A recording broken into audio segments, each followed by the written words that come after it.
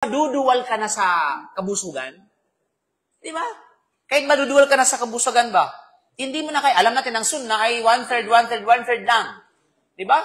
Subalit, ginawa mo pa rin, binusog mo pa rin ang sarili mo just to satisfy, ika nga, para hindi na mapahiya sa sa host. Tapos, still na mayroon pa rin natitira. Tapos sasabihin mo ngayon, bro, ubusin natin, sayang. Applicable ba yung sayang na yun? Hindi. Kasi bakit? Kapahama ka na yun eh. Hindi na biyaya yan, kapatid. Buti na. Masalamat ka talaga, hindi ka dumating kanina. No? So, magkakaroon na ng balancing, di ba, 1/3, 1/3.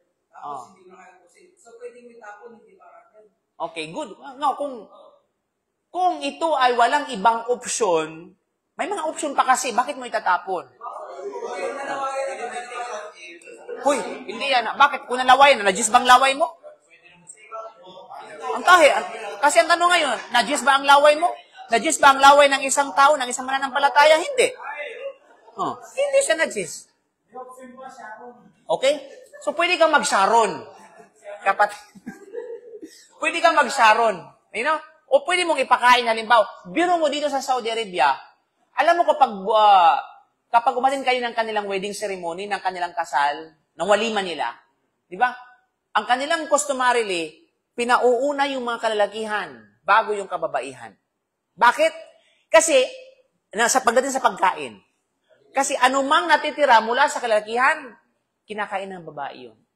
Yun ang sineserve sa kababaihan. Yan ang customarily ng mga Arab. Yung pala start dun sa Alwadi, kung kaso mo hindi magkaroon ng pusa, haram na ba rin? Ano no? Haram na. Yung sa Alwadi, napakadami ng Ang tanong kasi dito, sino ang may pananagutan sa anumang sobra doon? Yung nag-serve. Hindi ikaw. Ang pananagutan mo kung ano yung kinuha mo. Kung mananagot ka ngayon, kasi bakit mo, alam mo namang na hindi mo kayang ubusin, tapos kuha ka ng kuha. Di ba? So yun, kaysa mga buffet sa hotel, dahil sa namangha tayo sa mga pagkain, kuha tayo ng kuha ng pagkain. Diba, narasan kasi lagi kami lumalabas, pupunta ka ng ibang Sa mga buffet, minsan minsan kasi libre lahat buffet, kuha ka ng kuha, baka para bang maubusan ka. Yung pala pag mo na, hindi pa nga nakalahati, busog ka na. Kaya ang hirap ubusin. So yun mga kapatid. So ang mahalaga, tulad ang punto ng ayon na ito, walang sayang sa anumang nakapagbibigay ng kapahamakan, walang sayang sa anumang ipinagbabawal, walang sayang sa anumang marumi. Yan ang prinsipyo ng Sharia. Okay? Okay, yan ang dalil, mga kapatid. Mula sa sunnah, mula kay Ibn Abbas radhiyallahu anhu nagsabi, wajada an-nabiy sallallahu alaihi wasallam syatan maitatan u'tiyatha maulatun li Maymuna min as-sadaqah. Faqala an-nabiy sallallahu alaihi wasallam, hal la intafa'tum bi jildiha? Qalu innaha maita, qala innama harma akluha. Nakakita ang propeta Muhammad sallallahu alaihi wasallam ng isang patay na tupa na ibinigay bilang limos sa aliping babae ni Maymuna. Sinabi ng propeta sallam, bakit hindi ninyo pakinabangan ang balat nito? Maita, natupa. Sinabi nila, ito po ay maita, patay na hayop o propeta ng Allah.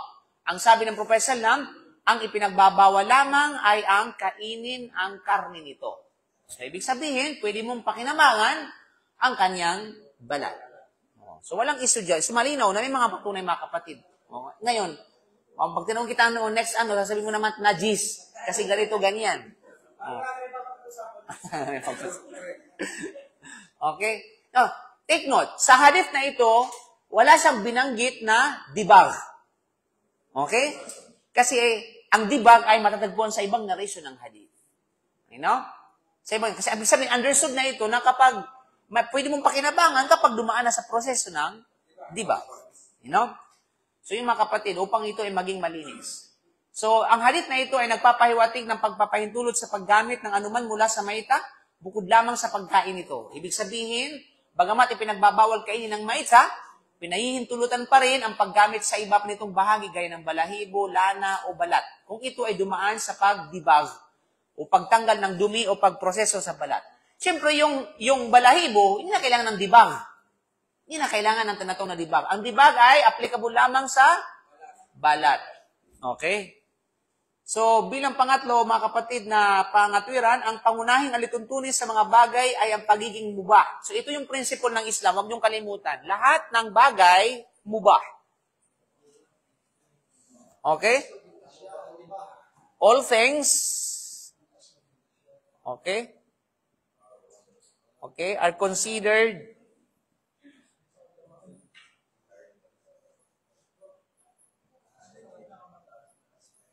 mubah. Anong ibig sabihin ng mubah? Ang mubah ibig sabihin ay allowed. Allowed ba? Ibig sabihin pinahintulutan. Yan ang principle, ha? Allowed. Lahat ng bagay, pinahihintulutan. Yan ang itanim sa lahat ng bagay, pinahihintulutan. Mga kapatid sa panampalatayang Islam. Okay?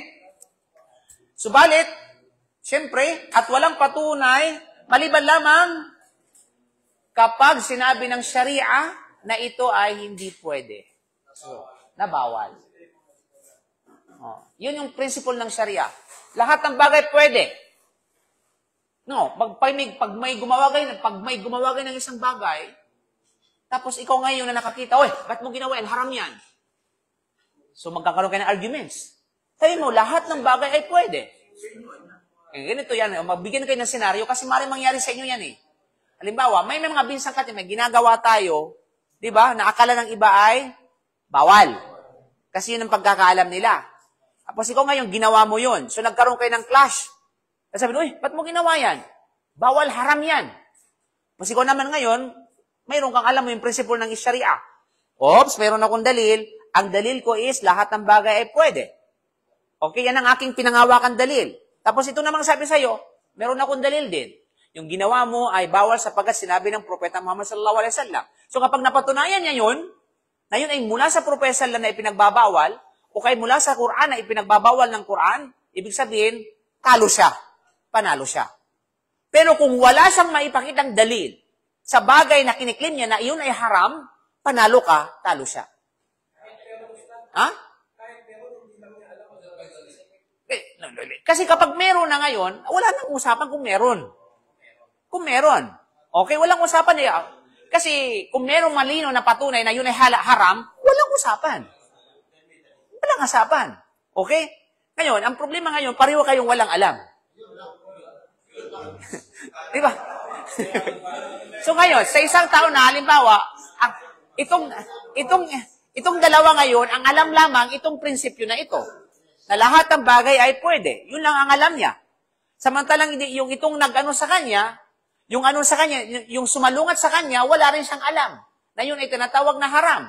So saan ngayon mananalo? Ang mananalo ay walang iba kundi merong pinanghawakan na batayan. Kasi ito na yung maging malino na batayan. Okay, hanggat walang dalil sa pagbabawal sa mga bagay-bagay, ay pwede mong gawin. Okay? Hanggat walang malinaw na batayan na ito ay pinagbabawal. Malinaw? Okay. Ops, ilabas mo yung usapin ng akida. Iba yung usapan ng akida. Ibig sabihin ng akida o tinatawag na pagsamba, worship. Kasi pagdating sa akida o belief, pagdating sa tinatawag na pagsamba sa Allah, baliktad. Lahat ng uri ng pagsamba ay bawal. Hindi ka pwedeng gumawa ng anumang pagsamba sa Allah nang wala kang batayan. Okay? Kaya wag mong gawin yun. Okay? So ngayon, ginawa mo na wala kang dalil. Okay? Na wala kang batayan, haram yun. Haram yun, kung wala kang batayan. Kaya sa ganun sinabi ng mga mga Shaira, na nasunila siya, diba? Okay. Ang kanilang pagsisilibrate daw is pagpapahalaga sa pagkita. So, pagpapahalaga, tinulong sa principle na yun. Ang pagmamahal ay ibada. Yes, yan ang nila. Yung sobra. So kapag kasi, ang tinitingnan ng walang dito is asya. Kasi ang pagmamahal sa propeta is bahagi ng akida. Bahagi ng akida, belief. Okay? Ibig sabihin paniniwala. Pananampalataya. Bahagi ng tinatawag na pananampalataya. Bahagi ng belief. Iman. Bahagi ng iman. So anumang anong bahagi naman ito, lahat ay ipinagbabawal. Okay? Bawal. Kung wala kang patunay sa Quran at sa Sunnah na ito ay pwede mong gawin. Okay? Dahil pwede kang maniwala. Pwede ka, halimbawa, maniwala tayo sa maniniwala tayo sa na mayroong tikbalang. Belief yun. Kasi ilmul ghaib yun. Right? Tikbalang. So, ang tanong ngayon, may dalil ba sa tikbalang? Ito ay... No, mag-ano ka muna. Ang prinsipyo mo dyan, mag-wakaf ka muna. Ibig sabihin ng wakaf, ibig sabihin manatili, abstain ka muna. Kasi paniniwala yun, sa ilmul ghaib eh. You have to abstain that. Okay, yung anong prinsipyo, hindi ka pwedeng maniwala muna. Not unless ma-establish na mayroong proof. Quran at saka tinatawag na, sabi nating hadith. Sabi na, kung ang tikbalang ay bahagi ng jinn, ito na ngayon. Okay, pwede niwala ka na yun ay jinn. Okay? Pero yung tikbalang na ayon sa mga katang-isip ng tao, at pinangalanan lang tikbalang, abay, may question dyan. Baka ito'y nahaluan na ng imagination ng tao.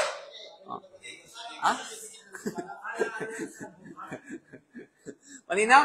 So, ang mahalaga, lahat ng bagay, ang prinsipyo ay mubah. Okay? Walang duda, especially sa usapin na ito, yung muamala ito, hindi ito ibada.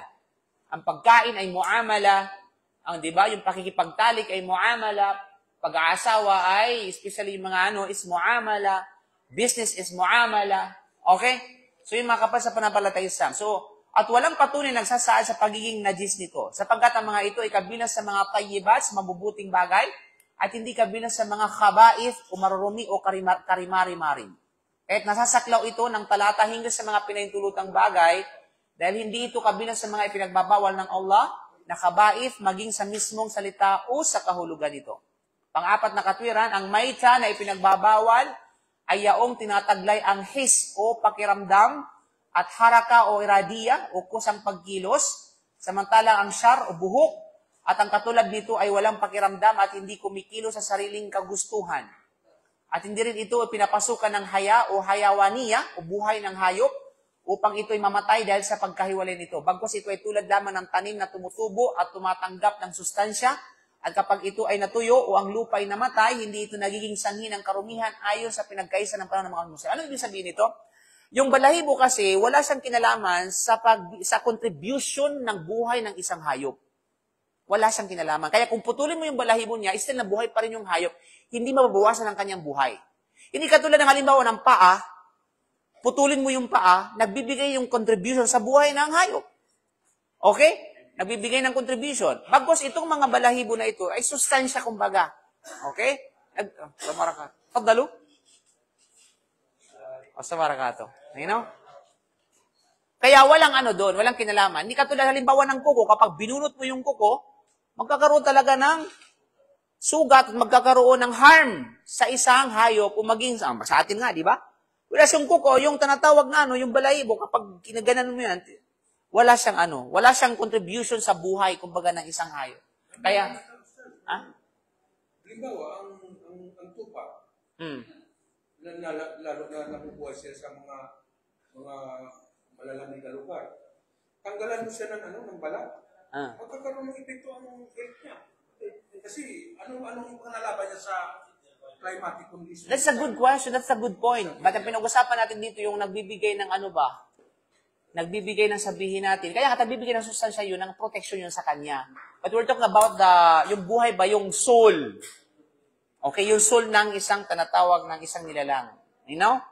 Hindi yung tinatawag na You know? So, yun mga kapatid. So, panglima, ang sanhi ng karumihan ay ang rutuba. So, ang sanhi ng najis ay walang iba yung rutuba. Ang rutuba, yun yung kabasaan or likido. Okay? At ito ay karaniwang matatagpuan lamang sa mga bahagi ng katawan na dinadaluyan ng dugo. Okay? Kaya naman, ipinasya ang pagiging malinis sa mga nilalang na walang dumadaloy na dugo. Kagaya ng langaw, kagaya ng lamok, at yaong mga bahagi ng katawan na walang likido ay tinuturi na katulad ng mga nilalang na walang dumadaloy na dugo. So, katulad ng balahibo, hindi siya nadadaloy ng dugo. Kaya, kumbaga, malawak sa tinatawag na impluensya ng najis. Okay? Ng maita. Malinaw? So, bilang panghuli na katwiran, kung ang sya'ar o buhok ay tunay na bahagi ng katawan ng hayop, hindi sana pinahintulutan ng pagkuha nito habang buhay pa ang hayop. Subalit dahil sa pinagpagkaisa ng mga ulama na ang buhok or soft lana o balahibo kapag ginupit mula sa hayop, habang ito'y buhay ay natiling pinahintulutan at malinis, maliwanag na ito hindi katulad ng laham. Hindi katulad ng sabihin natin ng laman. Okay? So ang punto, ang mahalaga dito, kapag, ito, ulitin natin summary. Kapag yung mga lana, wool, o fur, o bala, o hair ng isang hayop, walang arguments kapag ito ay na-razor, o kaysa pinutol o ginupit, walang arguments dyan. Lahat ay nagkasundo na ito ay pwede. Especially yung hayop na mula sa pwedeng kainin, kahit pa ito ay maita. Okay? At kahit pa ito ay tinatawag, especially yung buhay, halimbawa buhay pa siya, di pa siya natigok, i-razor mo siya para mapakinabangan yung balahibo, that is tahir. Nagkakaroon lamang ng arguments kapag ito ay binunot mo, pinagpag mo, at pagkatao kay sabihin natin ay kusang nalalaglag. Dahil bakit? Dahil meron pa ito maaring impluensya ng bakas ng, sabihin natin, ng laman. Okay? Kasi anumang inihiwalay na laman sa isang hayop na buhay pa, yung hiniwalay na yun ay najis. Ulitin ko, halimbawa, ito yung hayop, buo siya, buhay siya. Pag hiniwalay mo ngayon sa kanya ito, halimbawa, ito yung kanyang paa, okay? Saka mo na siya kakatayin kasi sayang. Ang gagawin mo ngayon, ihiwalay mo yung paa niya, which is buhay pa. So, anumang hinahiwalay mula dito sa kanya, okay, na especially nagtataglay ng laman, ito ay tinatawag na maita. Ito yung maita.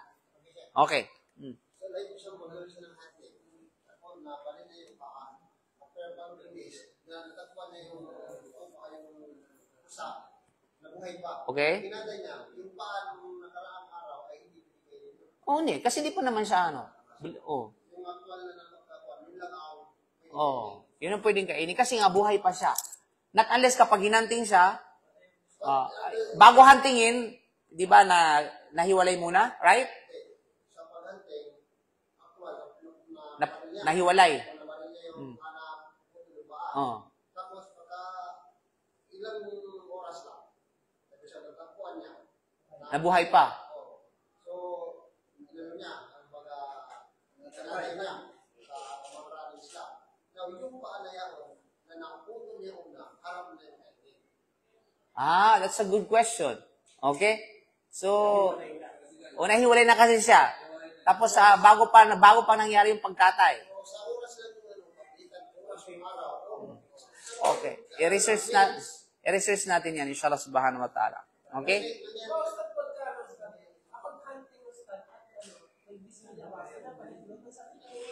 Yeah, yes. Pinahintulad kapag pag hinanting mo na siya na pag natagpuan mo ng patay. Legal na sa'yo yan, malinis na sa'yo yan na pwede mo nang kainin. Pero once na kapag hinanting mo, tinira mo siya ngayon, at pagkatapos ay nabutan mo ng buhay, okay, obligado kang katayin yun. Okay, para magiging totally halal. Yun nga yung issue doon. Halimbawa ngayon, di ba, naghunting ka ngayon. Tapos, ang ginawa mong hunting is, ng basuka.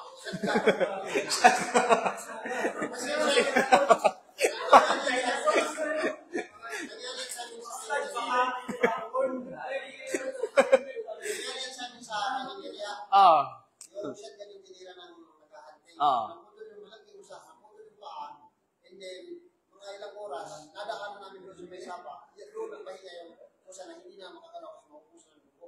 So, buhay pa siya. Yung kinatay namin, pero yung paa, binigay sa mga hindi pa nanampalataya. Well, that's safe. Okay, safe yun. Kasi, Ang tanong kasi nung naalala ko, kung yung, ano na yun, is- para sa akin, nagiging magiging, siya, maita. kasi, Oh. yan baka mangyari yung Maging maita. Ito initial na sagot ko dyan, bago natin pero kasi maita siya, consider na maita. Kasi nga, buhay pa siya nung nahiwalay. Okay lang sana nung tinira mo siya, di ba, nahiwalay, after that, wala na siyang buhay, lahat yun ay pwede. Kalakad yung putol pa. Paano kalakad?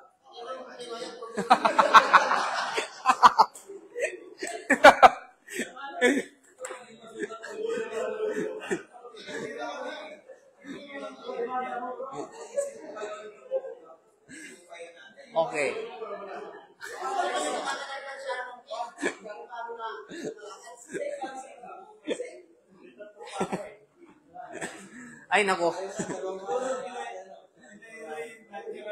Okay. Sumunod mga kapatid ay whatever is the word from living creatures. Oh. Yun nga sa kanina. Ang bahaging nahiwalay mula sa buhay na hayop. Pag-usapan natin anumang bahaging nahiwalay mula sa hayop. Okay? Sa buhay na hayop. So, unang issue, ang bahaging naputol sa buhay na may dugo. Ito yung kanina. Ang bahaging naputol sa buhay na may dugo. Okay? Ibig sabihin, tulad ng kanina, halimbawa, itong naputol na ito, mayroong dugo. Kasi yung kanina, walang issue doon kasi walang namang dugo yun eh. Okay? So, ito ngayon ay nahiwalay siya, buhay na hayop, tapos nahiwalay ito may dugo. Okay. So, ang bahaging naputol mula sa isang buhay na nilalang na may dugo, tulad ng kamay, tainga, ilong, at katulad nito ay itong turing na najis. Tinuturing na marumi. So, ino ang patunay? Ito'y mula sa patunay sa ijma, consensus sa mga ulama. So, ipinahayag ng mga scholar tulad ni Ibn al-Munzir, al-Kasani, Ibn Rushd, al-Nawawi, at Ibn Taymiyyah na mayroong ijma ang hinggil sa isyong na ito. Ibig sabihin sila ay nagkasundo na ito ay, sabihin natin ay, najis. You know? Anumang may dugo na nahiwalay mula sa buhay na hayop mga kapatid. Kaya sinabi ni al-Munzir, na pagkaisa ng mga ulama na ang tupa, kamelyo at baka kapag may naputol na bahagi mula sa mga ito habang buhay pa, ang bahaging iyon ay najis, marumi. Sinabi ni Al-Kasani, ang mga naputol mula sa buhay ay bahagi na may dugo, gaya ng kamay, tainga, ilong at mga katulad nito, ito ay tinuturing na najis, batay sa pinagkaisahan ng mga scholar. Sinabi ni Ibn Rushd, ang lahat ay nagkakaisa sa pananaw na ang anumang bahagi na naputol mula sa isang hayop habang ito ay buhay, ay tinuturing na maita. Okay? Sinabi ni Imam Nawawi, ang bahaging nahiwalay mula sa isang hayop na buhay, gaya ng buntot ng tupa, umbok ng kamilyo, buntot ng baka, tainga, kamay at iba pa ay najis ayon sa pinagkaisahan. Sinabi ni Ibn Taymiyyah, sinabi ni Propeta Muhammad sallallahu alaihi wasallam si Propeta sallallahu ay tinanong tungkol sa mga tao na mahilig sa umbok ng kamilyo at sa taba ng buntot ng tupa. At sinabi niya, anumang naputol mula sa hayop habang ito ay buhay, ay tinuturing na patay. Okay? Ito isinalaysay ni Abu Dawud at iba pa at ito ay pinagkaisa ng mga skola. So, malinaw yun. So, kanina, walang duda, yun ay, batay dito ay najis yun. Kasi buhay pa siya. Okay? Buhay pa siya.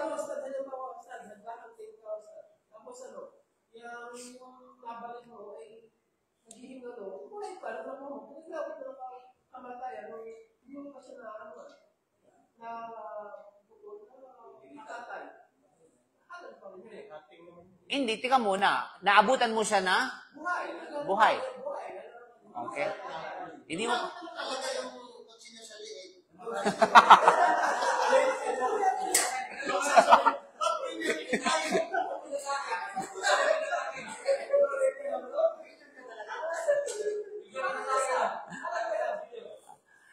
ito kasi ang issue dyan. Kasi kapag natagpuan ng buhay pa, at hindi mo ito hindi mo nakatay, may tuturing na maita. Pero kapag hindi mo natagpuan, halimbawa, ang layo ng distance, boom! Okay? Tapos habang papunta ka roon, kusa siyang namatay. So natagpuan mo, napatay na. So ito ay dahil sa sanhi ng iyong hunting, ito ay magiging halal kasi natagpuan mo, napatay na. Ang issue kasi dyan natagpuan mo nabuhay pa Tapos hindi mo na ano.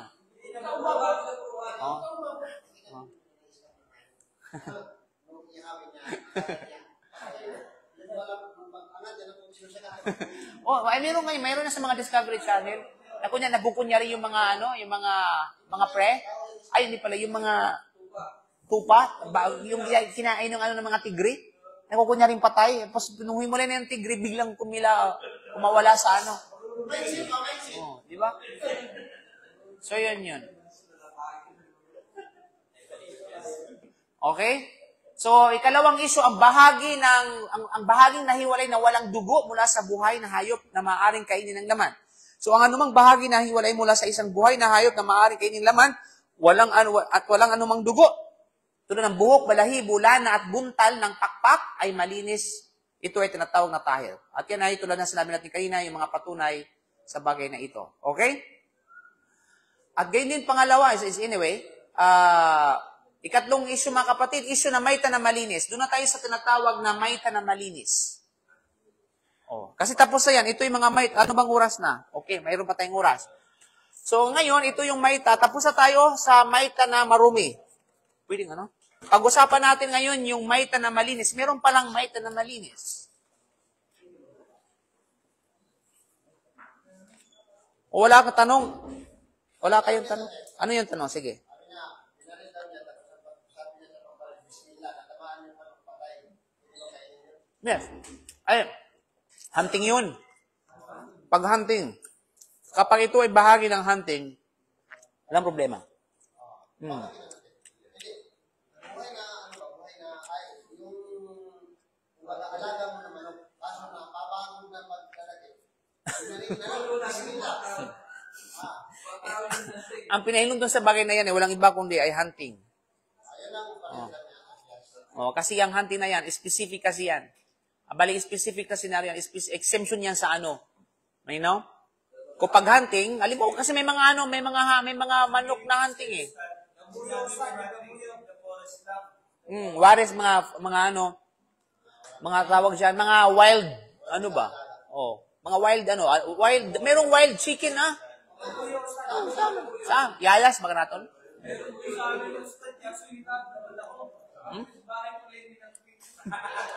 Pag nanakaw yun, di hunting yun.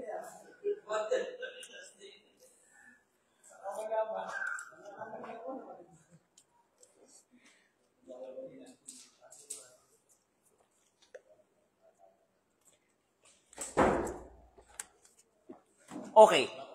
Pag-usapan natin yung maita na malinis. At basa.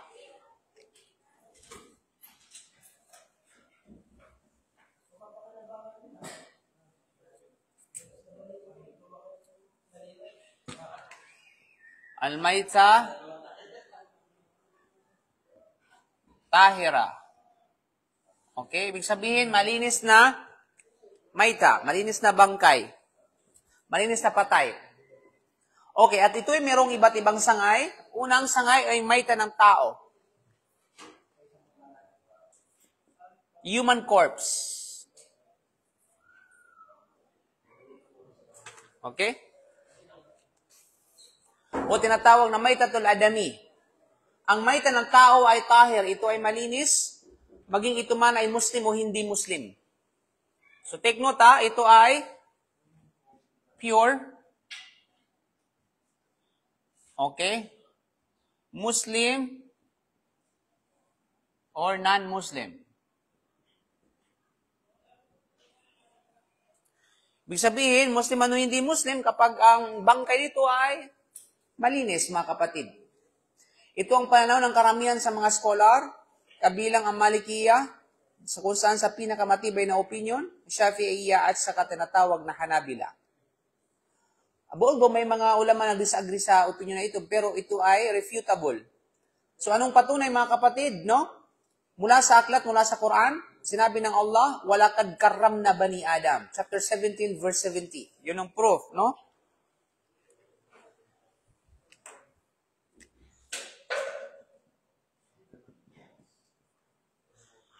Chapter 17, verse 70, na sinabi ng Allah, "At katiyakan, pinararangalan namin ang mga angka ni Adam." Pinararangalan. Ibig sabihin ay, ito'y kabilang. Pag angka ni Adam, Muslim ano hindi Muslim, no? So, ang pagpaparangal sa buong angka ni Adam, ibig sabihin sang katauhan, ay nagpapahiwatig na hindi sila dapat hatulan bilang najis. Magiging sila man ay buhay o patay, at magiging sila ay Muslim o hindi Muslim. So, ibig sabihin, they are pure physically. Ang najis sa hindi Muslim, yung tinatawag na spiritual. Okay? Dahil sa kanila ang shirk, pagtatambal sa Allah, ng pagsamba at anumang katulad nito. Pero physically, they are attributed as pure. Okay? Physical. Bagkus, may mga malilinis pa pagdating sa mas hygienic, mas ano pa yung hygiene ng mga ibang mga non-Muslim kaysa mga Muslim. Diba? Na kung saan yung mga na-Muslim, yung kilikili pa lang putok na. Pero, yung ibang non-Muslim, Yun nga lang. Yung mga non-Muslim naman, pagdating sa hindi sila naghuhugas. No, especially karamihan sa kanila. Oh. Pag-iilang sa pag-pag- Oh. Sabihin sa atin, naghuhugas. Obligado yung tinatawag na paghuhugas. You know? Okay. So, ikalawang mula sa sunnah, mula kay Abu Hurairah radhiyallahu anhu nagsasabi, laqiyani Rasulullah alaihi wasallam wa ana junub fa akhadha bi yaday famashaytu ma'ahu hatta qa'ada fansalaltu fa ataitu rajula fagtasaltu thumma jitu wa huwa qa'id faqala ayna kunta ya Aba Hirrin faqultu lahu faqala subhanallah ya Aba Hirrin innal mu'min la yanjus. Nakasalubong ako ng sugo ng Allah sallallahu alaihi wasallam habang ako ay nasa kalagayang junub. Sino to? Si Abu Hurairah. So si Abu Hurairah ay junub siya. Wag mo nang tanungin, anong ginawa ni Abu Hurairah? Pero take note, walang asawa si Abu Hurairah. Siya ay namatay na single, kung di ako nagkamali. Wala siyang sabihin natin yun, mayaring with dreams. Okay? So, hinawakan niya ang aking kamay habang siya nasa kalagayan ng junub at naglakad kami hanggang siya ay naupo. Ako'y dahan-dahang lumayo kasi nga, nahiya siya kasi junub siya. Pumunta sa tulda at naligo. Pagbalik ko, siya ay nakaupo pa rin. Sinabi niya, saan ka nagpunta o Abu Hir? Kasi ang kanya, si Abu Hurairah, isa sa mga palayaw niya si Abu Hir. Hir, ang ibig sabihin ng Hir is shortcut ng Hurairah. Hir, isa sa mga Arabic term ng pusa is Hir. Okay, Hirra or Hir, okay? So saan ka nagpunta o Abu Hir? Sinabi ko sa kanya ang nangyari, kaya sinabi niya, subhanallah, o Abu Hir, tunay na mananampalataya ay hindi nagiging marumi. Okay? Hindi siya tinatawag nagiging marumi. So yun lang yan, Diyos. So, that's a good point dito yung hadith ito mga kapatid. Yung sinabi na na tunay ng mananampalataya ay hindi nagiging marumi. So bakit pa inutusan tayong maligo kapag tayo junub? Kasi may order na lumakas sa wala. May kondom junuban, pagtasilo. Ano yung ano? Of course may tinatanong. Pero the question, walang duda, may batayan tayo dyan. Pero ano yung wisdom? Bakit? Parang tingin ni Allah, pantay-pantay, pagkarumi naman muna. Depende siguro sa sitwasyon. Pero patingin ni Allah, pantay-pantay kayo sa paningin. Habang sa pananampalataya yung isa. Oh, that's a good point. Pero the question dito kasi, tayo, kapag tayo ay nasa kalagayan ng junub, ano may sabi ng junub? Yung pumulandit, bumulalas, yung... Halimbawa, kasi ito, para kapatid na Ahmad, ang kalagayan ng junub, maraming dahilan kung bakit naging junub ang isang tao. But basically, ang ibig sabihin ng junub is major state of impurity. Okay? Isa sa mga kalagayan o sanhi kung bakit junub ang tao ay sa pagkikipagtalik. Now, tandaan natin, regarding sa pagkikipagtalik, kahit pa walang lumabas mula sa babae at saka mula sa lalaki, nagkasalubong lamang siya, nagdikit lamang yung pintuan at saka yung tinatawag na susi, nagkadikit lamang siya ng walang hail, biduni hail, ng walang harang, obligado na sa kanya yung pagligo. Obligado na yung pagligo, kahit nakadikit lamang, wala pang penetration nangyari. Nakadikit lang talaga siya. Halimbawa, ganun. Tapos nagkahiyaan. Okay?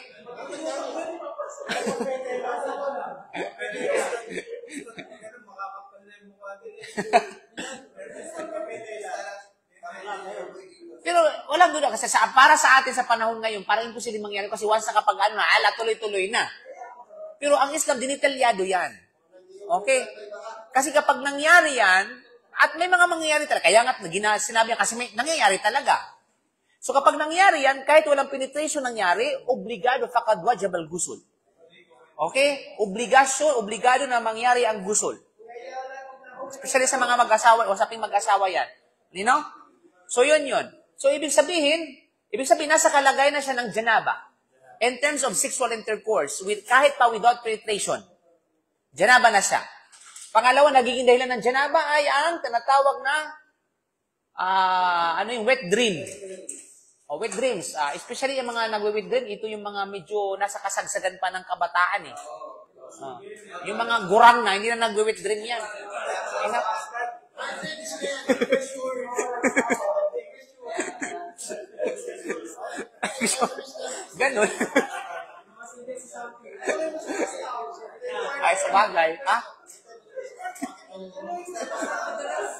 sa Tagalog yung wet dream? Mamamasang-masang ano? Mamamasang-masang panaginip? Pag sinabi kasing wet dream, either may nakita ka sa kapanaginip, wala. So, long nakapaggising mo ay meron ng bakas na ito ay bumulwa, o kaya pumulandit, o dumausdos, okay? Ay, nasa janaba ka na. Kalagay na janaba. Pag sinabi, obligado ka ng maligo. Pangatlo, walang duda, huwag natin ikahiya yung pagsasarili. Kasi kapag ito ay tinatawag na sabihin natin ay merong lumabas, pumulandit, okay? Ibig sabihin ay junub ang isang tao. You know? So, yun yung mga kadahilanan kung bakit nagkaroon ng janaba ang isang tao. At kapag nasa junub siya, obligado siyang maligo. Yan ang turo. Yan ang sabi ng Allah sa banal na Quran.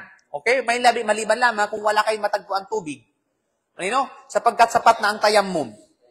So, ngayon dito, so, ang punto ngayon dito, na sinabi sa hadith ng Prophet Islam, innal mu'minu la yanjus. Ang isang mananampalataya ay hindi naging najis. So, bakit pa tayo inutusan na tayo ay nasabihin natin ay kapag nasa junub tayo maligo?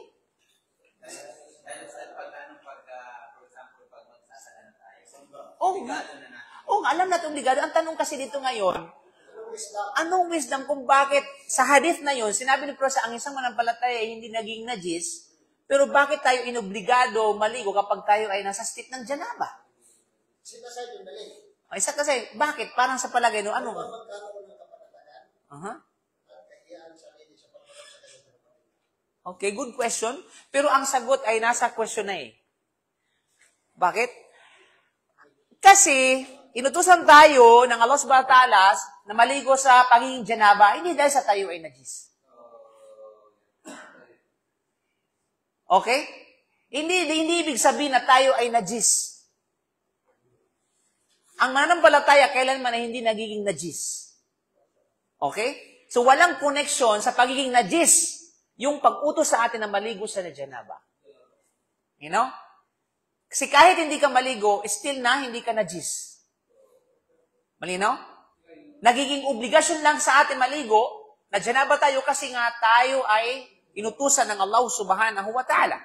Kasi kung walang utos sa atin ng Allah na maligo na nasa state ng janaba, hindi tayo maliligo. Pero anong wisdom kung bakit inutusan tayo na maligo ng nasa state ng janaba? Hindi dahil sa pagiging najis, hindi dahil sa tayo ay najis, kundi merong ibang wisdom. Merong ibang tinatawag na, kumbaga, merong ibang dunong, so sa likod nito, kung bakit tayo inutusan na maligo habang tayo nasa state ng janaba. Pero hindi dahil sa tayo ay najis. Okay? Kasi ang mu'min ay hindi nagiging tinatawag na najis. Okay? So yun. So that is your assignment. There is another explanation about the medical purpose. Hindi po nasabi. Yung wisdom kung bakit inutusan tayo ng Allah subhanahu wa ta'ala na maligo ng state ng janaba, although hindi naman tayo najis, pero anong wisdom noon? Okay, so yan ay ating tunghayan at maging assignment nyo yan. Okay mga kapatid, so bilang panghuli, punto ng patunay, ang sinabi ng Prophet Sallam na layan Diyos, ang isang mananampalataya ay hindi nagiging marumi, ay isang pangkalahatang pahayag na sumasaklaw maging sa kalagay ng buhay at kamatayan, kaya't nagpapahiwatig ng katawan ng tao ay manatiling pahir, buhay man o patay. Okay? So maraming salamat. So inshallah ay ikatlo, bilang panghuli, ikatlo mula sa athar, sa laysay ng mga sahaba, mula kay Ibn Abbas na nagsabi ang Muslim ay hindi nagiging najis, buhay man o patay. Ikaapat na pangangatwiran, tunay na ang patay na mananampalataya itinatagubili na paliguan at kung siya ay najis, wala sanang kabuluhan ang pagligo sa kanya. Okay? Mayroong ding dalil na papatunay sa pagiging tayar ng buhay na musyrik, hindi Muslim, at walang dalil na nagsasaad na siya ay nagiging najis kapag ito ay namatay. Tulad ng halimbawa, yung sabihin natin, yung patay, kapag tayo namatay, bakit tayo inutusan na paliguan yung patay? Paliguan yung patay, hindi dahil sa najis yung patay.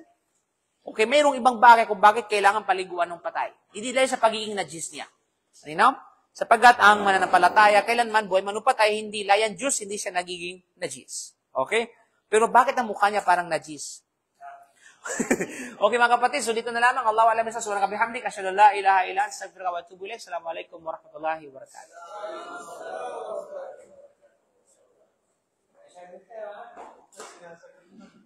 Hindi